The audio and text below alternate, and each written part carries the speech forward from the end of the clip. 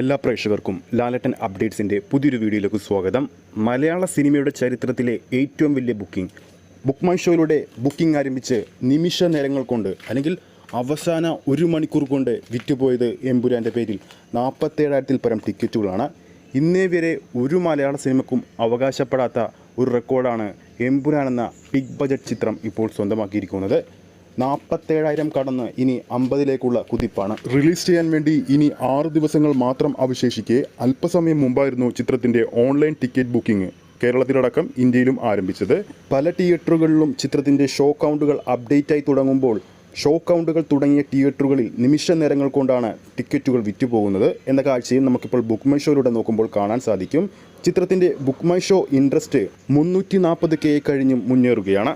എറണാകുളം വനിതാ വിനിത എടപ്പള്ളിയിലെ എമ്പുരാൻ സിനിമയുടെ advance booking തുടങ്ങി 15 ഷോകൾ ആഡ് ചെയ്തപ്പോൾ നിമിഷ നേരങ്ങൾ കൊണ്ടാണ് ചിത്രത്തിൻ്റെ ടിക്കറ്റുകളെല്ലാം തന്നെ വിറ്റുപോയിരിക്കുന്നത്.